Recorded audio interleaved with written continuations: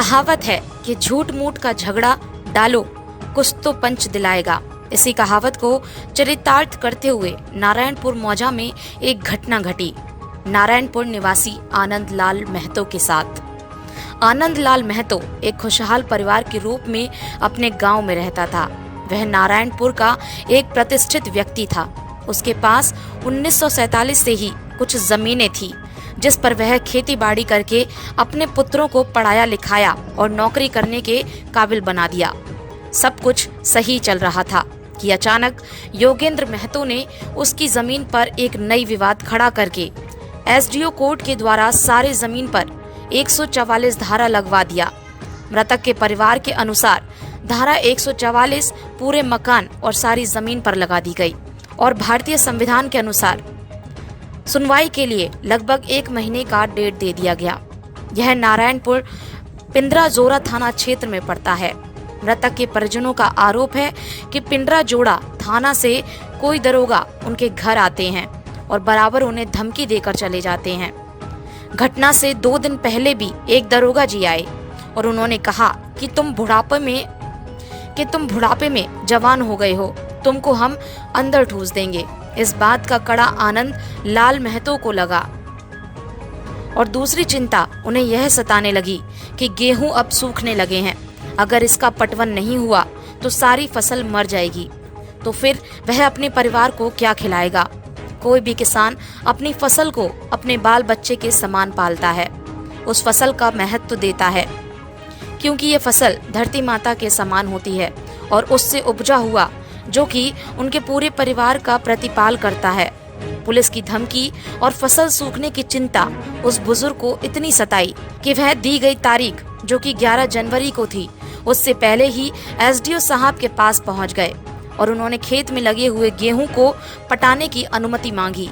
लेकिन एसडीओ साहब भी क्या करते, वह भी संविधान का अनुपालन ही तो करेंगे। अतः निर्धारित डेट में उन्होंने दोनों पार्टी को बुलाया था। इसलिए उस वृद्ध किसान से यही कहा कि जो भी सुनेंगे हम डेट पर ही सुन पाएंगे और उन्हें वहां से यह कहकर जाने को कहा। जैसे ही वे एसडीओ साहब के चैम्बर से बाहर निकले उन्हें माथे में चक्कर आने लगा और वह वहीं पर गिर गए। तभी कुछ शोर शराबा हुआ और एसडीओ साहब बाहर निकले तो उन्होंने वृद्ध को अपने ऑफिस के गाड़ी से बोकारो के सबसे नजदीकी प्राइवेट नर्सिंग होम के मेमोरियल में भेजा, जहां पहुंचते ही डॉक्टरों ने उसे मृत घोषित कर दिया और इसी तरह से एक किसान की मौत हो गई। बोकारो जिले से सच्चिदानंद मिश्रा की रिपोर्ट।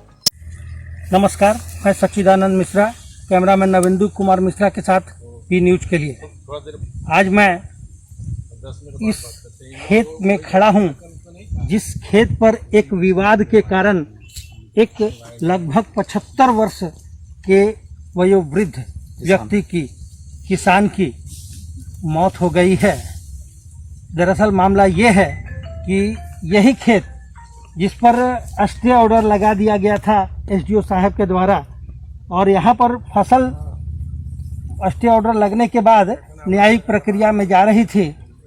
इन लोग जो इनके पिताजी थे वो उनके पुत्र यहाँ पर खड़े हैं, वहाँ आवेदन लेके गए और आवेदन देने के बाद यही आवेदन था कि गेहूं मर रहा है, पटाने की अनुमति दी जाए। लेकिन 144 लगने के कारण चूँकि इसका डेट आने वाले 11 जनवरी को है तो डेट नहीं मिल सका कि जो भी बात होगी वो 11 जनवरी के बाद ही हो पाएगी।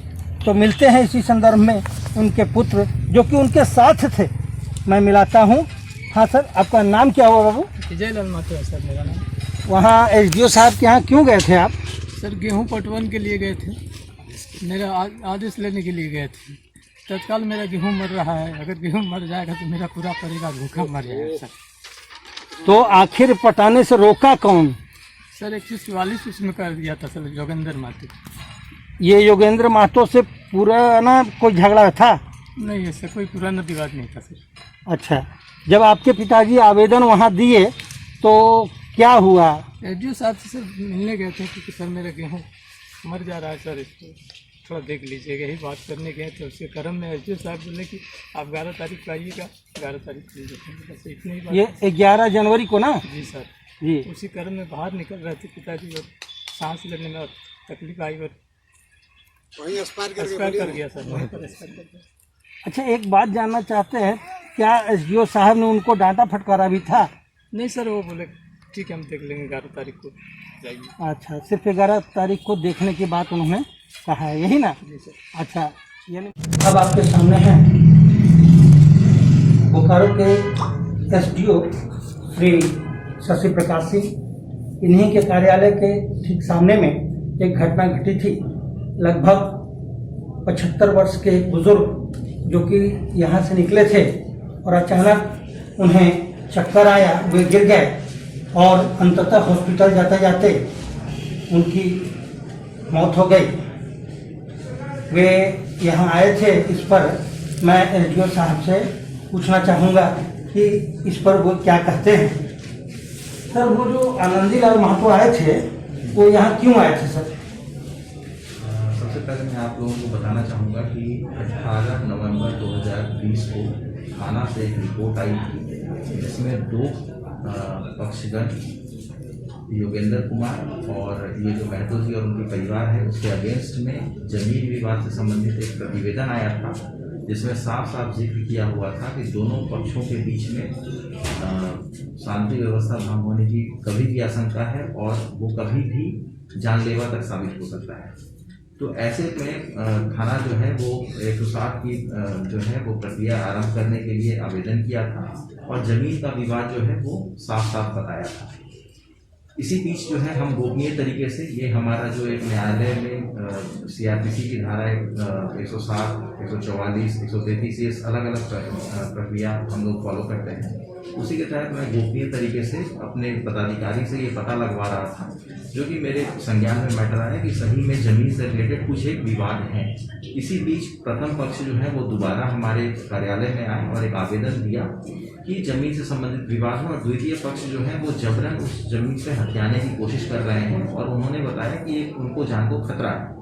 ऐसे में जो है एक प्रावधान होता है 144 सब क्लॉज 2 के तहत में, जिसमें सब डिविजनल मजिस्ट्रेट जो है वो एक्स पार्टे 144 लगा सकते हैं और एक तिथि निर्धारण करते हुए दोनों पक्ष से कागज और जो मूलभूत जो विवाद का जो कारण है उसकी कारण परीक्षा कर सकते हैं। उसी के तहत में हमने जो है 144 लगाते हुए दोनों को ध्यान में रखते हुए जो थाना की रिपोर्ट थी, जो हमारा गोपनीय जांच था और तीसरा जो आवेदक ने हमारे एंड पे जो कंप्लेन किया था उसको ध्यान में रखते हुए हमने 144 की जो है प्रक्रिया प्रारंभ की और 11 तारीख जो है 11 जनवरी का तिथि निर्धारण किया गया था, जिसमें दोनों पक्षों को अपने अपना पक्ष रखने का तिथि दिया गया था। इसी बीच जो है 5 तारीख को प्रथम पक्ष द्वितीय पक्ष के लोग जो है वो हमारे पास सामने आए और हमसे हमसे अनुरोध कर रहे थे कि 144 जो है वो हटा दिया जाए, क्योंकि उस जमीन पर उनका फसल लगा हुआ है। चूँकि यह जो 144 की प्रक्रिया है यह न्यायिक और क्वासी जुडिशियल प्रोसेस होता है, जिसमें जो है हम लोगों को एक सेट ऑफ प्रोसीजर्स फॉलो करने होते हैं, जिसमें तिथि में अगर दोनों पक्ष आ रहे हैं, दोनों के पक्षों को सुनने के बाद हम लोग उसमें निर्णय ले पाते हैं। तो वैसे में हमने उनसे अनुरोध किया कि आप 11 तारीख को डेट है, आप 11 को आइए, नहीं तो अननेसेसरीली जो है वो कोई भी आदेश जो है वो एक पक्षीय नहीं होता है। तो इसी बीच जो है वो व्यक्ति जो है वो काफ़ी सहमे हुए से मतलब सहमे हुए तो नहीं बताया जा सकता है, लेकिन वो चूँकि बहुत ही वृद्ध थे और 75 साल उनकी उम्र था, वो बार बार अनुरोध कर रहे थे और मैं बार बार उनको यही समझाने की कोशिश कर रहा था कि यह जो है तारीख 11 को फिक्स है, हम 11 को ही इस मैटर में कोई भी डिसीजन ले पाएंगे। इसी बीच जो है मैंने उनसे अनुरोध किया कि आप बाहर जाइए और बाहर 11 तारीख को आइएगा। तब तक वो व्यक्ति जैसे ही बाहर गए, हमारे जो बाहर चेयर्स लगे हैं वो वेट करने के लिए वहाँ पे बैठे, कुछ शोरगुल की आवाज़ हुई। हमें जैसे ही पता चला कि उनकी तबीयत खराब हो रही है, मैंने तुरंत यहाँ पे एक सरकारी गाड़ी थी उससे लाइनअप करवा करके हम सदर अस्पताल भेज रहे थे। और बहुत ही दुखद घटना जो है वो के मेमोरियल में जैसे ही वो गए वहाँ पे दुखद समाचार आया। मुझे जो है चूँकि यह हमारे कार्यालय कक्ष के बाहर में ये घटना घटी थी, ये काफ़ी दुखद है। ये अभी ठंड का भी समय है और बाद में मुझे यह पता चला कि जो व्यक्ति थे उनको काफ़ी समय से ब्लड प्रेशर की शिकायत भी थी। उनकी जो फैमिली मेम्बर्स हैं वो कुछ 2-4 फैमिली मेम्बर्स जो है वो गवर्नमेंट एम्प्लॉयज़ भी हैं। एक उनकी जो बतोहू है वो वीडियो ऑफिस में कार्यरत है, उनसे हमने जो है परस्पर उसके बाद से हम परिवार के संपर्क में हैं। जो भी उनकी मैंने आश्वस्त किया है उनको कि जुडिशियल प्रोसीडिंग्स में कहीं कोई लापरवाही नहीं होगी। एक्सपीडाइट कराते हुए जो भी उनके राइट्स हैं, कोई व्यक्ति कोई किसी प्रकार की कोई अगर उनको परेशान कर रहे हैं तो उसको हम लोग ध्यान में रखते हुए उनके साथ न्याय का काम करेंगे। उनका सिर्फ एक आरोप यही है कि पिंजरा जोड़ा के थाना से कोई आते थे और बहुत ज़्यादा धमकाए, जिसके कारण वे बहुत ज़्यादा मतलब विचलित हो गए और इसी कारण से। और दूसरा ये कहना चाह रहे थे कि जब तक गेहूं लगा हुआ है वो सूख जाएगा, बर्बाद हो जाएगा। तो क्या पिंजरा जोड़ा थाना के जो भी अधिकारी हैं उन पर कार्रवाई हो पाएगी? देखिए, ये जो मैटर है जो आप ये बात बता रहे हैं, इस मैटर का हम लोग जांच कराएंगे और जो भी इसमें अगर कोई लापरवाही किसी के स्तर से हुई है तो डेफिनेटली जो है हम एसपी सर से जो है इसको डिस्कशन करेंगे हम, क्योंकि अभी ये अंडर ट्रायल है तो इसमें मैं कोई टिप्पणी अभी नहीं कर सकता। ठीक है सर, बहुत बहुत धन्यवाद। कैमरामैन नवेंद्र कुमार मिश्रा के साथ सच्चिदानंद मिश्रा, पी न्यूज के लिए, जिला बोकारो से।